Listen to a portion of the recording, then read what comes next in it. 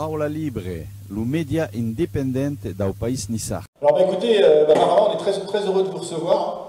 Je sais que vous avez fait un long chemin. Est-ce que le voyage s'est bien passé, les 24 heures d'avion? C'est long. Oui, c'est très long. Mais oui, ça s'est bien passé. Alors, bonne serra à Toui et ben dégoût à Café des Igloons, hein, donc un petit mot en niçois et puis un petit mot aussi en tahitien, donc Yaorana. Yaorana. Donc, ce qui veut dire bonjour en tahitien, vous voyez, je parle couramment le tahitien. Et donc, écoutez, bienvenue à tous et à toutes, bienvenue pour cette reprise pour cette nouvelle saison au Café des Aiglons. Donc, je vous demande d'accueillir chaleureusement et de l'applaudir bien fort, Monsieur Marama Vaïoula.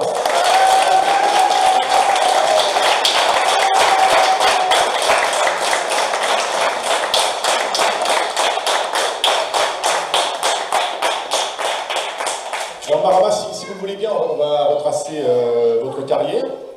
Alors vous êtes né le 12 mai 1980 à Papeete, donc c'est à Tahiti. Vous avez 5 enfants, 3 garçons, 2 filles. Et puis alors, racontez-nous un petit peu votre début dans le football à Tahiti. Comment s'est passé votre début quand vous étiez un jeune garçon?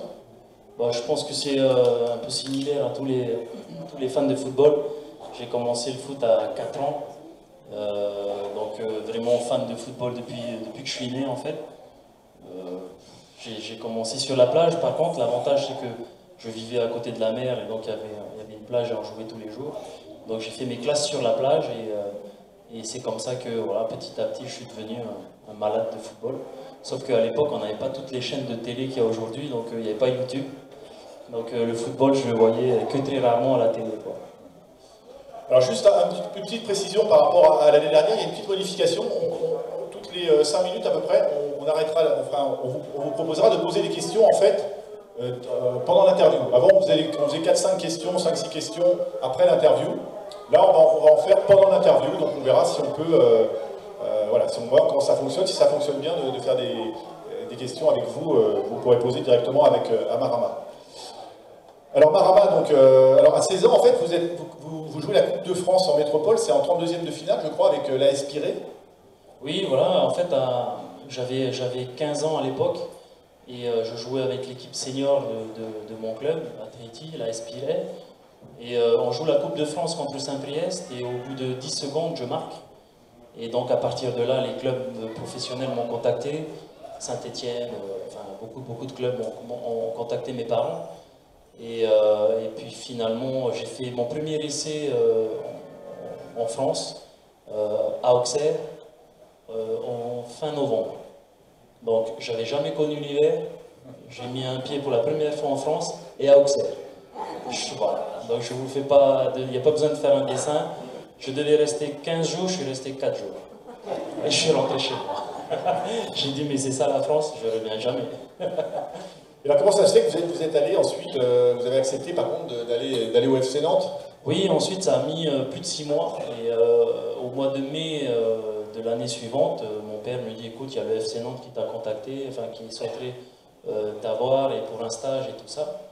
Donc je dis bon, on est venu comme ça, vraiment sans conviction. Et puis ben voilà, stage de 15 jours et au bout de 4 jours ils me font signer. Et là j'ai vu que c'était l'été, c'était super. Ok, il fait chaud aussi en France, tant mieux. Donc j'ai signé. Et alors donc au FC Nantes, donc, vous avez signé en 1997, donc vous aviez 17 ans. Oui. Et vous commencez donc 2 ans après, en fait vous commencez en ce qu'on appelait à l'époque la première division, donc vous commencez le 14 mai 99 au Havre. Vous vous souvenez un petit peu de ce premier match? Ah bah oui, un peu. Hein. C'est vrai que le premier match il est particulier, il est spécial parce que d'autant plus pour moi qui viens de 20 000 km. Et à l'époque, il y avait mon cousin Pascal Vaillévois qui jouait à Auxerre. Ouais, ouais. Et donc j'étais le deuxième à fouler les pelouses d'un stade professionnel. Donc pour moi, c'était une fierté. Et j'étais insouciant, et puis ben voilà, j'ai voulu garder un peu cette insouciance tout au long de ma carrière. J'ai tenté des gestes qu'on ne tente pas à cet âge-là. Bon, à l'époque, hein, maintenant il y en a tellement. Mais voilà, donc du coup, je me suis démarqué à ce niveau-là et c'est ce que je pense, c'est ce qui a fait que j'ai réussi à percer dans le football. Et là aussi, vous débutez en équipe de France Espoir, hein, entraîné à l'époque par Raymond Domenech, qui ensuite a pris, on le sait, les A. Hein. Donc vous avez fait 6 sélections, vous vous souvenez un petit peu de... C'était une fierté pour vous de représenter la France? Effectivement, oui, c'était une énorme fierté. D'autant plus que mon pays, à l'époque, me disait non, non, non, tu reviens en sélection en Tahiti, ne joue pas en équipe de France parce que tu joues pour ton pays, enfin, tout un truc. Donc j'étais un peu à ce moment-là en guerre avec ma fédération. Et j'ai pris le risque d'attendre une sélection et en gros, de laisser mon pays. Et j'attendais cette sélection et Raymond Domenech m'a appelé et avec fierté, j'ai porté les couleurs du maillot de France, mais vraiment très fier. Comme votre cousin d'ailleurs, oui. Pascal, lui qui l'a porté souvent. Lui, oui, en équipe première, oui, en sélection. Alors est-ce que quelqu'un a une question à poser à Marama? Parce qu'on va faire les questions en dynamique entre... Allez, Étienne. Bonjour Marama. Bonjour. Par rapport à ta carrière, comment est venue ta célébration des buts à chaque fois avec la pagaie? Alors... Il y a une question vers la pagaie là. Voilà, on te l'a préparé en plus, on te l'a préparé. À l'époque, elle était invisible, on l'a fait au GC Nice. Donc on pourra faire des petites photos avec, on a déjà commencé. En fait, elle est venue à l'époque où on a joué le titre avec le FC Nantes. Donc c'était en 2000-2001. Je marquais, à ce moment-là, je marquais à tous les matchs. J'étais remplaçant et à chaque fois que je rentrais, je marquais. Et ma mère m'appelait tous les soirs. Et elle me disait oui, je veux que tu fasses un coucou et que tu me dédicaces le but. Alors, le premier, je dédicace le but et puis le week-end suivant, je marque. Elle me dit oui, mais tu l'as pas fait. Je dis, maman, je vais pas le faire tous les buts quand même. Ah si. Je dis mais la honte quoi. Elle dit maman, c'est pour toi. Et donc du coup, en parallèle, j'avais un deuxième copain qui me disait aussi dis-lui que c'est pour moi. Et le jour où je marque contre Auxerre, c'était en Coupe de France, j'ai fait la pagaie, mais c'est venu comme ça. Voilà, au début, je me suis dit, je vais faire un pas de danse et tout. Je dis, mais non, je n'ai pas envie. Et j'ai fait ceci. Et ce que je ne m'attendais pas, mais vraiment pas du tout, c'est que mon pays, qui avait regardé ce match, qui était retransmis à l'époque chez moi, tout le monde, ils étaient fiers. Et donc, ils ont appelé mes parents. Enfin, ça a fait un truc de malade. Donc, ils étaient vraiment fiers. Et en plus, les joueurs de FC Nantes m'avaient dit à l'époque, c'est ce signe-là qui va nous donner le titre. Et voilà. C'est une belle histoire. Et puis en plus, c'est une belle histoire pour vous, puisque vous avez 20 ans et 21 ans. À 20 ans, vous gagnez la Coupe de France, donc avec le FC Nantes. Et à 21 ans, vous gagnez le championnat de France. Oui. Vous êtes champion de France, donc avec le FC Nantes. Alors on va venir maintenant à la période niçoise, c'est celle qui forcément intéresse le plus nos supporters. Donc, alors c'est Gernot Rohr, je crois, qui vous contacte et qui vous fait venir à Nice. Alors expliquez-nous un petit peu. En fait, ma dernière année à Nantes, c'est plus ou moins mal passé, on va dire, parce que le coach, à l'époque, ne comptait plus sur moi. Donc j'ai clairement dit au club que je voulais partir. C'était pas évident à l'époque. Et à l'époque, à ce moment-là, Guy Lacombe me contacte. Il voulait me faire venir à Guingamp. Il était à Guingamp. J'hésitais, je ne savais pas. Et ma femme, à ce moment-là, était enceinte. Et elle accouche. Gernot m'appelle au moment où je suis dans la chambre. Elle venait de sortir elle était dans la chambre et tout. Et Gernot m'appelle. Et je dis c'est un signe. Il dit ok, je viens. Et voilà.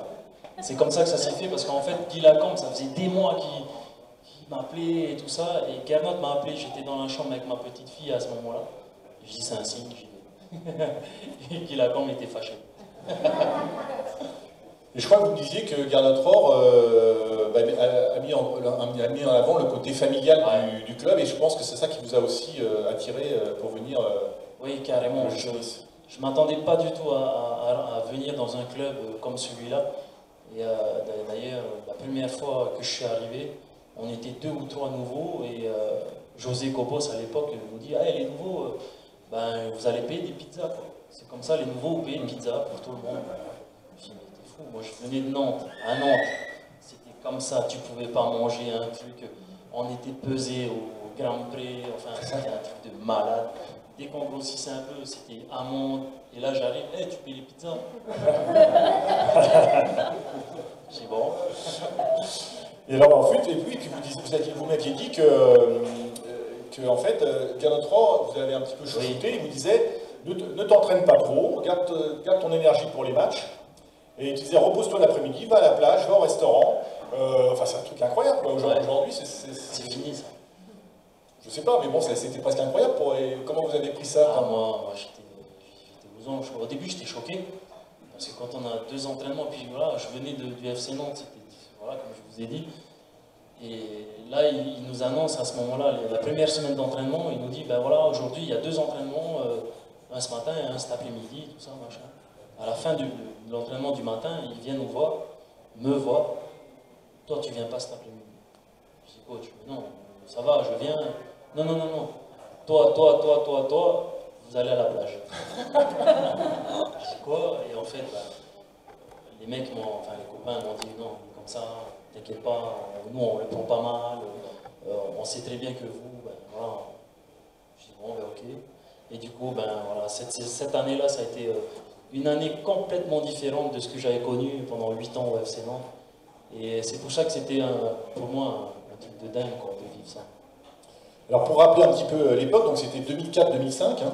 Donc il y avait à l'époque, dans l'équipe, on va citer les principaux joueurs de l'époque. Donc il y avait bien sûr José Cobos, Florent Balmont, Pancho Abardonado, Olivier Chouafny, Samy Traoré, Cédric Darbo, qui sera d'ailleurs notre prochain invité pour le match contre Dijon. Donc n'hésitez pas à venir. Alors ce sera 18h ou 18h30. Émeric peut-être nous le dire. Ce sera 18h30, donc c'est samedi 25 août. Donc à 18h30, puisqu'on reçoit donc Dijon dans 15 jours. Et puis il y avait aussi un certain Hugo Lloris dans les buts. Eh oui. Est-ce que quand vous avez joué avec Hugo Lloris, quand il est arrivé, vous avez dit, tiens, ce garçon-là, il sera un jour champion du monde?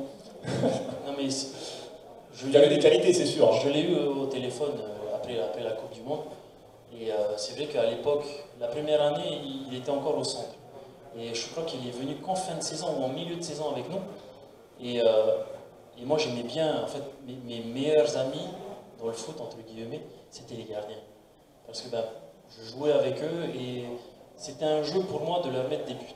Et en même temps, je progressais parce que j'aimais bien avoir un gardien, voilà, à la fin de l'entraînement, allez viens, je te mets quelques frappes, on travaille les coups francs, en fait. J'aimais bien faire ça tout le temps. Et Hugo est arrivé, et il était 2 fois plus demandeur que moi. C'est-à-dire qu'à chaque fois, il me disait, viens, on fait des tirs, pénalty, on joue. À l'époque, on faisait des jeux tous les deux. J'avais 5 pénaltys. Et je lui disais, combien tu en arrêtes? Au début, il me disait, ouais, 3 ou 2. Et à chaque fois, je mettais 100%, je mettais les 5. Et plus le temps passait, j'en mettais 4, 3. Et c'était difficile parce que lui aussi, il progressait. Il en redemandait, il faisait que ça. Et un jour, je lui ai dit, écoute, quand tu vas être champion du monde, tu vas m'appeler. Et quand il a été champion du monde, je l'ai appelé, tu te souviens de ce que je t'ai dit? Oh putain, oui. J'ai dit, t'as vu, c'est grâce à moi. Voilà. On vous remercie, Marama, alors. Non, c'est lui, il a tout fait.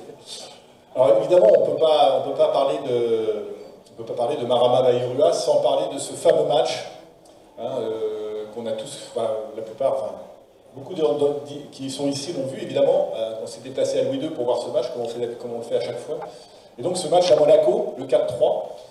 Et donc vous me disiez qu'à 3-0, vous commenciez à vous dire, je pense que les supporters vont nous réserver un accueil bizarre. Et puis en fait, les supporters continuent, évidemment, on connaît la Brigade Sud, continue à pousser à 3-0 alors qu'on perdait 3-0.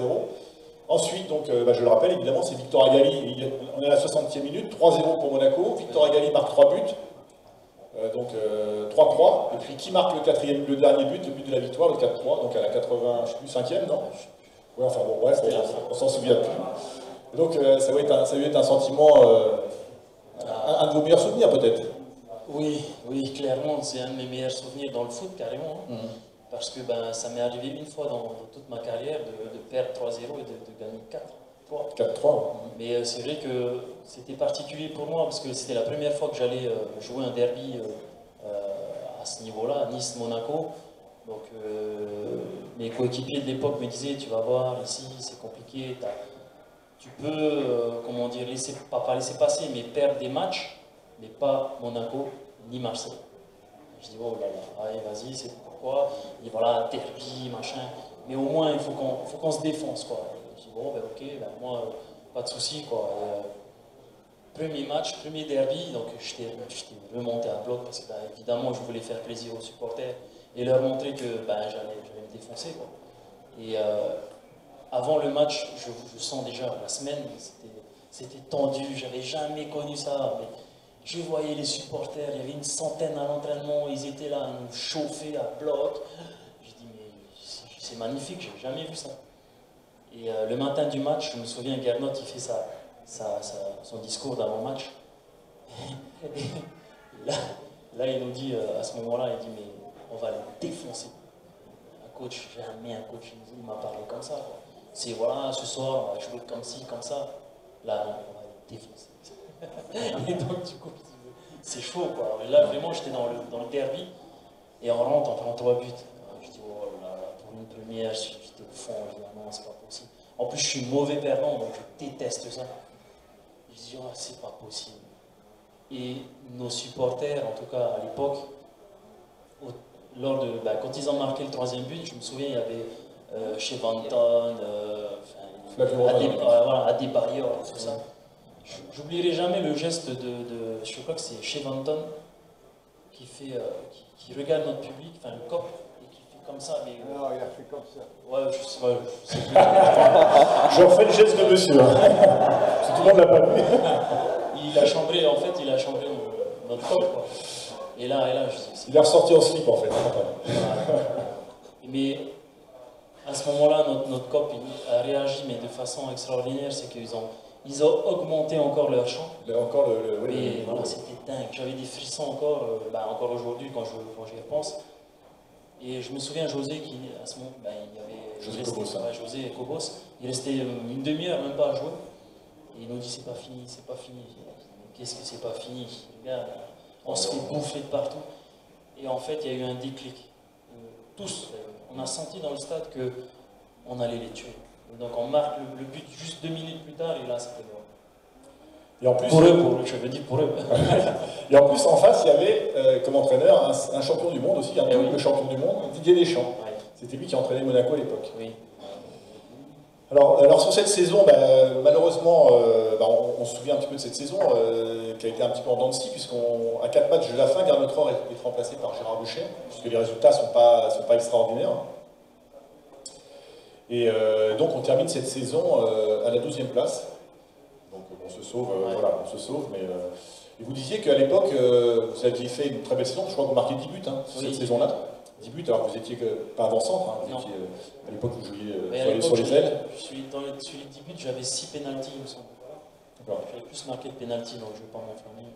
Mais sinon, vous aviez eu à l'époque, il y avait un petit peu comme aujourd'hui, c'est-à-dire il y avait des présélections en équipe de France, donc vous faisiez partie des 50 présélections en équipe de France, mais comme vous le dites, un joueur qui joue dans une équipe qui joue le maintien, comme on jouait malheureusement à l'époque, forcément, l'entraîneur a pas, c'était Domenech d'ailleurs, mais qui le connaissait, donc forcément avait tendance à pas vous retenir.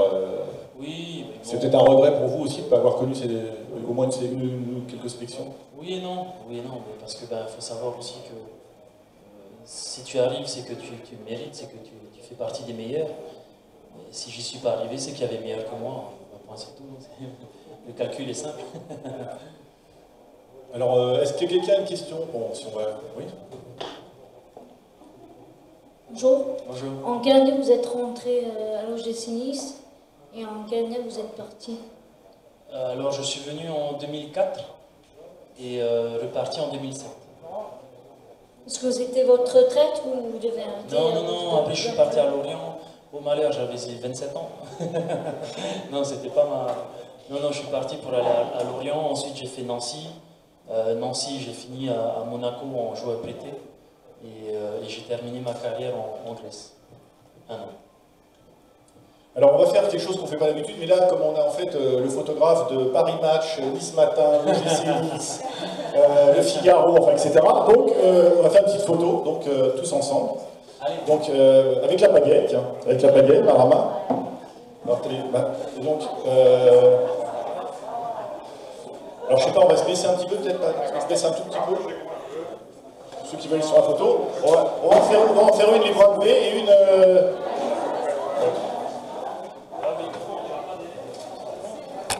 On va en faire une normale.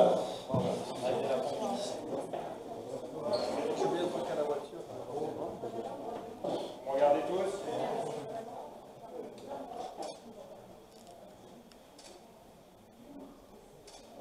On en fasse une avec les bras levés. Tout le monde les bras levés, on va essayer.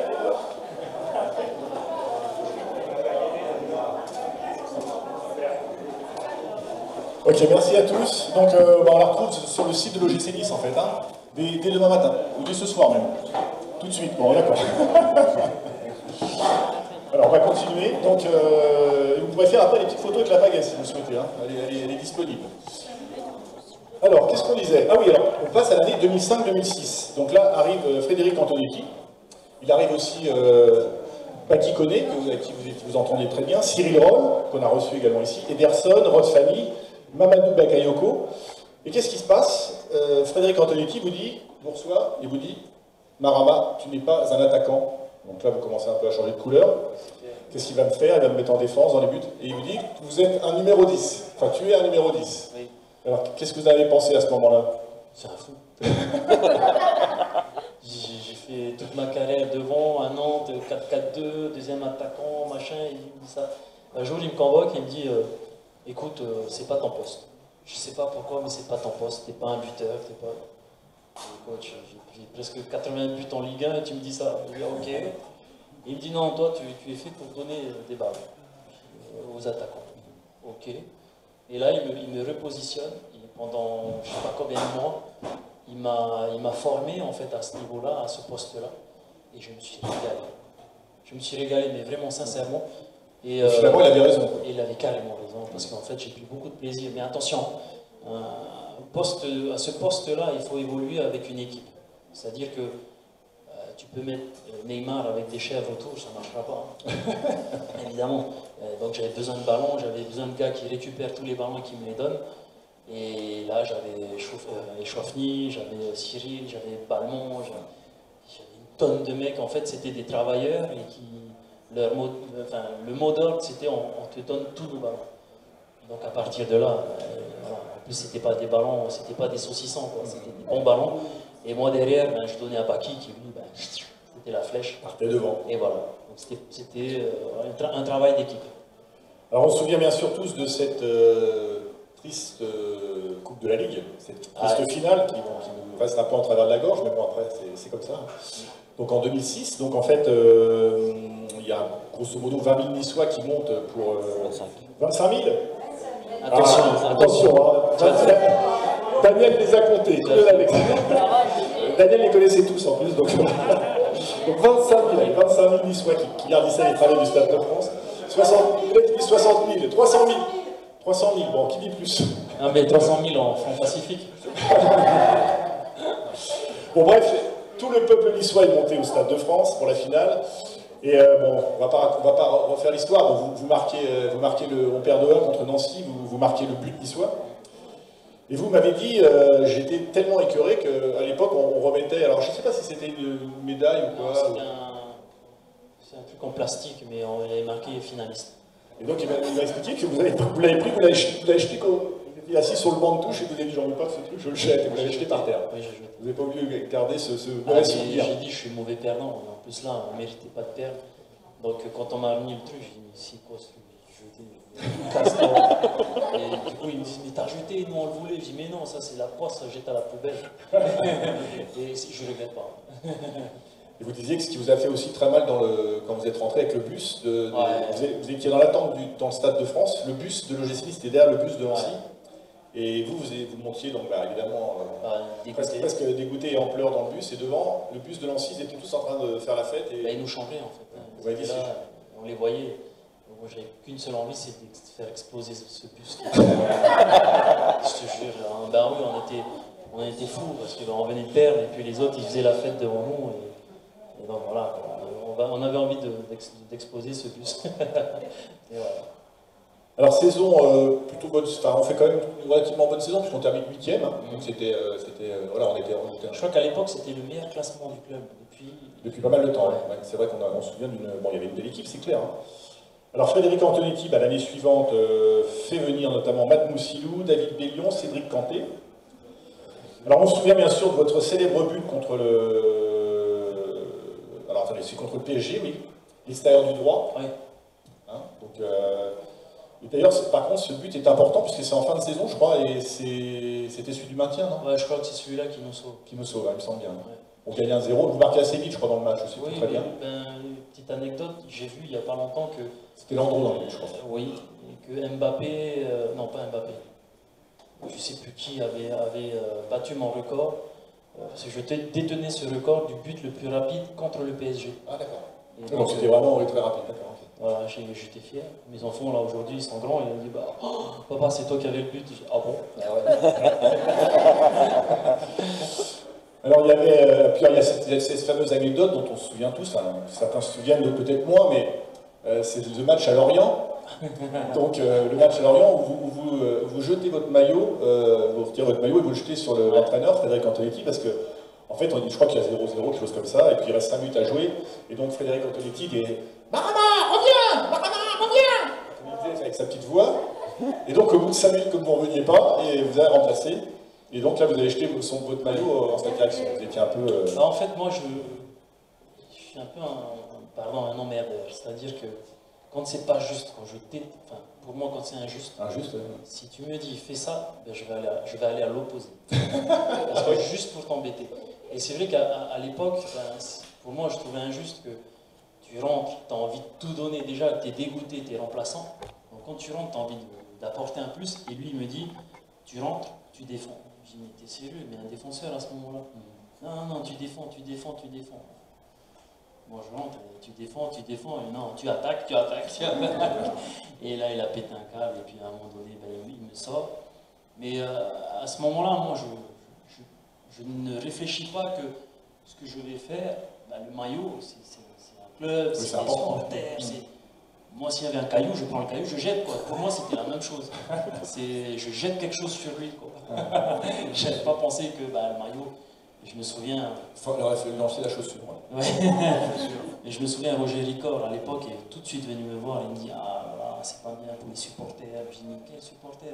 C'était pas du tout un geste. » Il me dit « Non, parce qu'ils vont mal le prendre. » Je dis « Mais non, tout de suite. » Donc j'ai fait une interview pour rectifier ça, parce que ben, c'était pas du tout ma volonté. Au contraire, c'était pas du tout ça. Mais voilà, c'était une anecdote pas top quand même. Alors bon, cette saison-là, le club encore un petit peu dans le bas de tableau, hein, puisqu'on termine 16e. Heureusement, on a eu le retour, on se souvient de Lilian Lasland et Lionel Letizia à la trêve, qui avait équilibré. Voilà, qui avait apporté des permis de remonter un petit peu au classement. Donc ensuite, bah, vous partez faire un petit peu le Tour de France, puis vous faites Lorient, vous jouez à Nancy, vous jouez à Monaco, vous jouez à Pantrakikos en fait pour terminer votre carrière en Grèce. Ouais. Puis ensuite vous revenez à Tahiti pour jouer avec l'AS Dragon, non Pirée. Non, l'AS Pirée, d'accord. Et maintenant vous avez entraîné l'AS Dragon. Oui, maintenant je suis président de l'AS Dragon. D'accord. Je suis vieux maintenant. Donc on peut vous appeler Monsieur le Président alors? Non. Ça c'est juste un titre, on s'en fout de ça. Sauf qu'à Tahiti, je crois que tout le monde se tutoie. Hein. On se tutoie tous. C'était compliqué pour moi de vous voyez les gens. Vous voyez, oui. On se tutoie tous. Parce que pour nous, à Tahiti, le tutoiement n'est pas un manque de respect. Le respect, ça se gagne, voilà, c'est pas le vous qui fait qu'on vous respecte. Hein. Donc pour nous, tu ou vous, ça change rien. Au contraire. Alors vous avez visité le nouveau centre d'entraînement hier? Oui. Alors, votre sentiment sur l'évolution de l'OGC Nice? Mais il n'y a rien à voir. C'est le jour et la nuit? Ah mais carrément. Nous on dormait au Kyriat Hotel, là-bas tout au fond. Où il y avait des puces dans le lit. Ah mais sans déconner, moi j'étais avec Flo Balmont en chambre à l'époque. Vous grattiez toute la nuit là. Non mais un matin du match, je me réveille, j'avais des boutons partout. Je vais voir le doc et je dis mais je me suis fait piquer, je sais pas. Mais c'était pas parce que vous utilisiez du Tahiti douche peut-être? Ouais, ça doit être ça. Ouais. Ça fait longtemps que j'essaie de la passer. Elle est facile, celle-là. C'est vrai qu'on ne l'a jamais faite. Donc vous avez pu jouer quand même alors? Oui.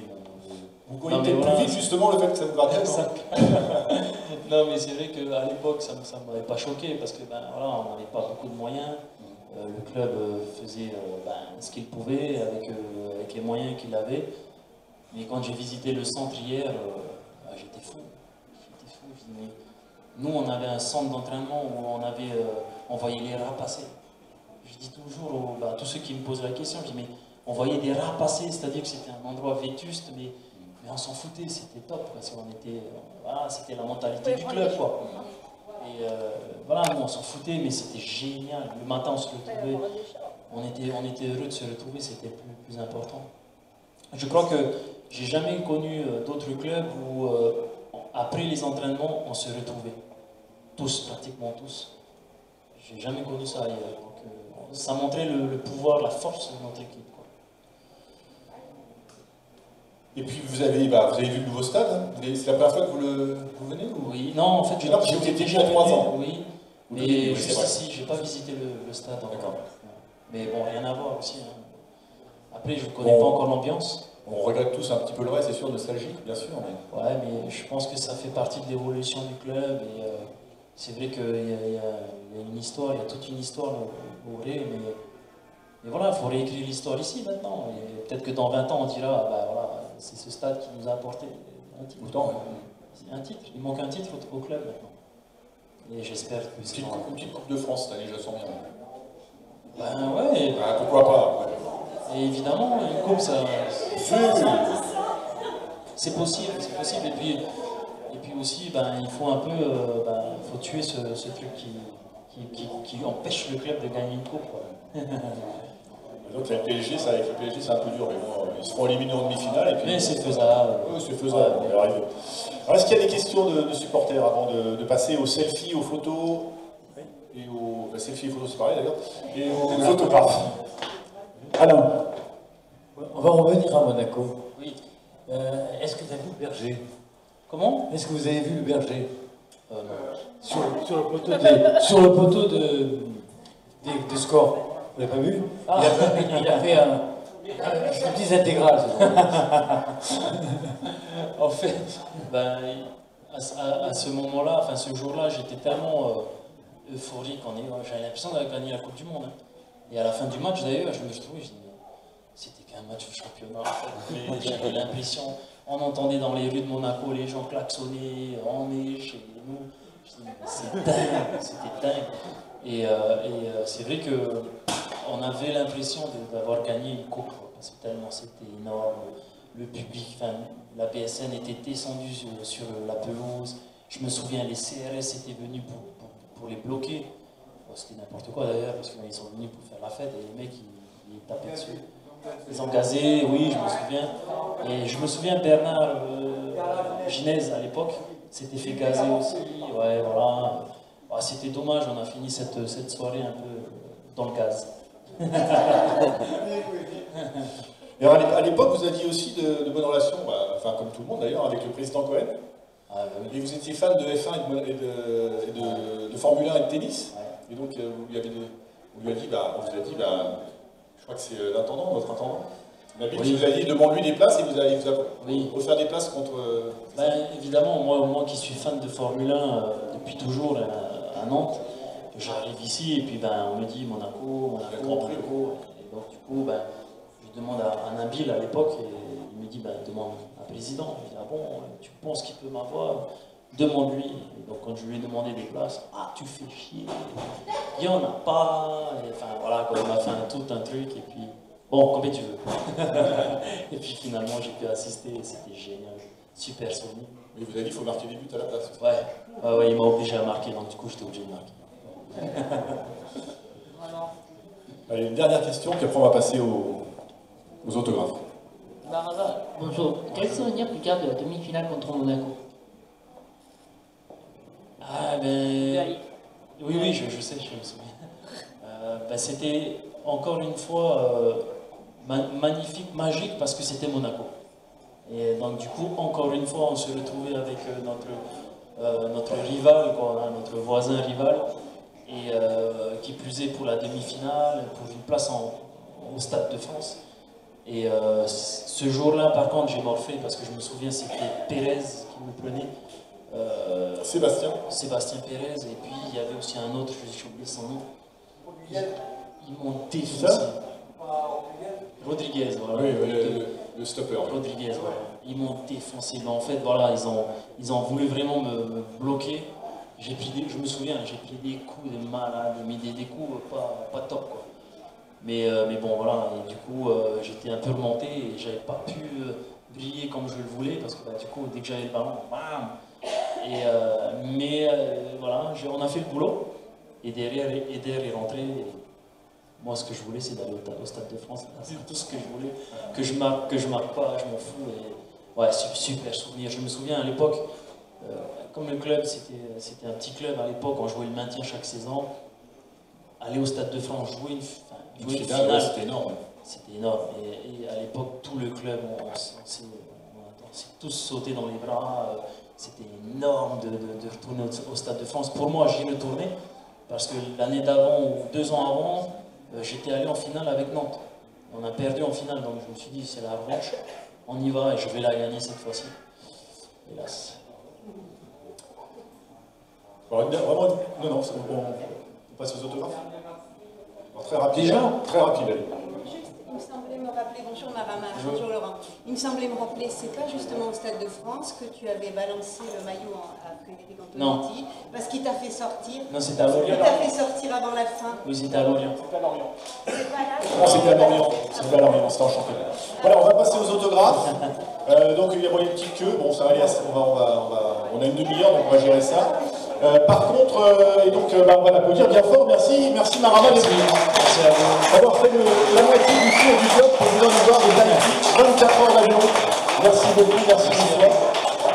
Hola mia bella Nisa, regina dei flu, li ti Torisa, io canterai tu giù, canterai di montagna, io ti tanri de cor, li ti verdi campagna, li ti